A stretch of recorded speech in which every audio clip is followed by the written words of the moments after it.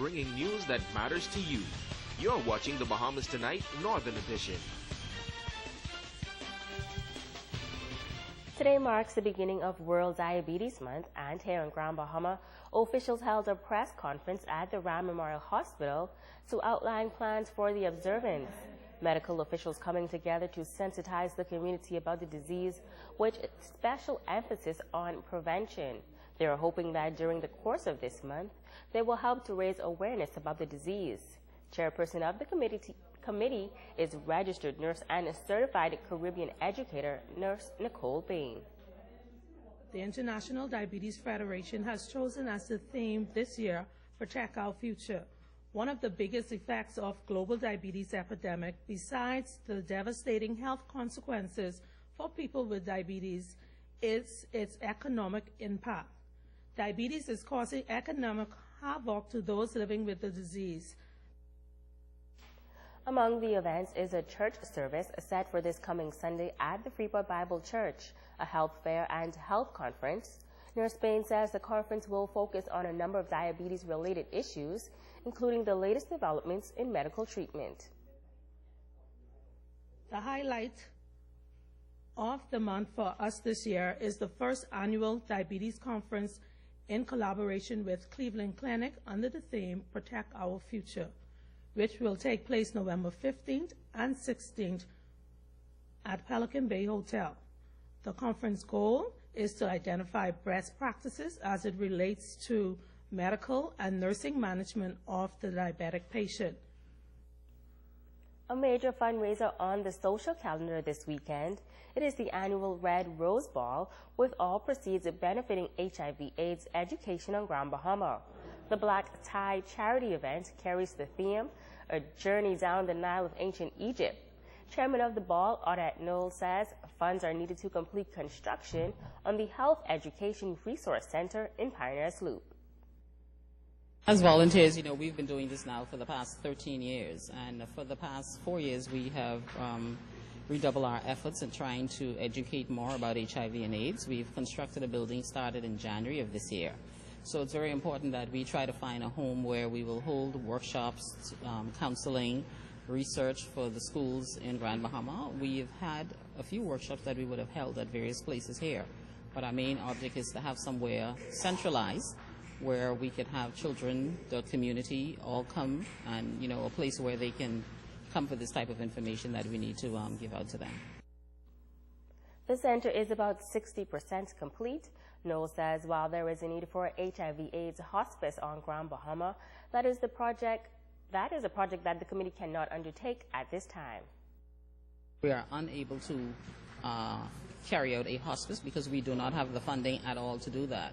Right now where we're at, like I said, we've done it on our own, and we don't have anyone who's coming forth to say, well, we will assist you with a hospice. We know a hospice is really needed here in Grand Bahama, but we cannot afford it because we are volunteers just giving of ourselves, and the funding that we would have gotten for this building would have only been garnered through our events that we would have held in the past, and over the past 4 years we would have saved, like I said, over $150,000 after paying out all of our expenses.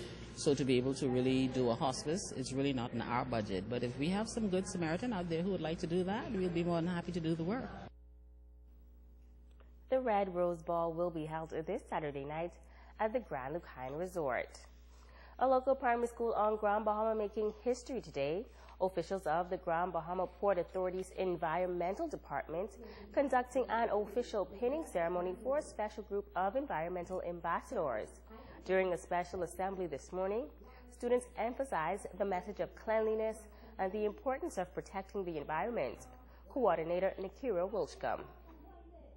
They're going to be the stewards at this school campus to ensure that students are living up to environmental stewardship on the campus. It's also the launch of an environmental school program. And so with this journey now, Hugh Campbell is going to aspire to be a part of the Green Flag program, which is an international program. And so we're proud that they're joining us on board in this initiative. It's the first group to be pinned today? This is the first group that, to our knowledge, of environmental marshals in the Bahamas and perhaps the island, and so we are grateful. And so they're going to begin this walk on the campus, and so we're hoping that it will ripple out into their lifestyles as they just be a part of their community. Science teacher at Hugh Campbell Primary School, Francina Brennan, says the students are thrilled about the opportunity to serve. She says they have been well trained to do their part to protect the environment. We had to get the students involved in important activities of how they can impact the Bahamas for the future by keeping the environment clean at all times.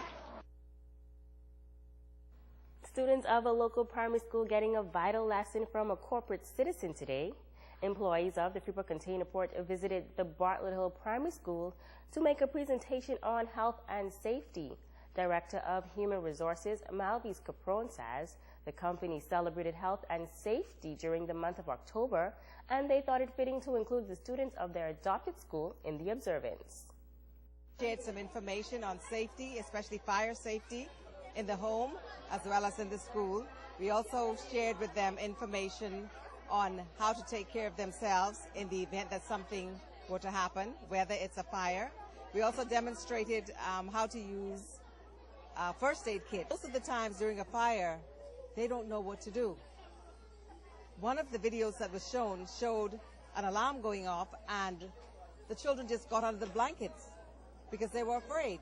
But they learned that once they hear an alarm, they're to get out and try to find the closest exit to try to get away.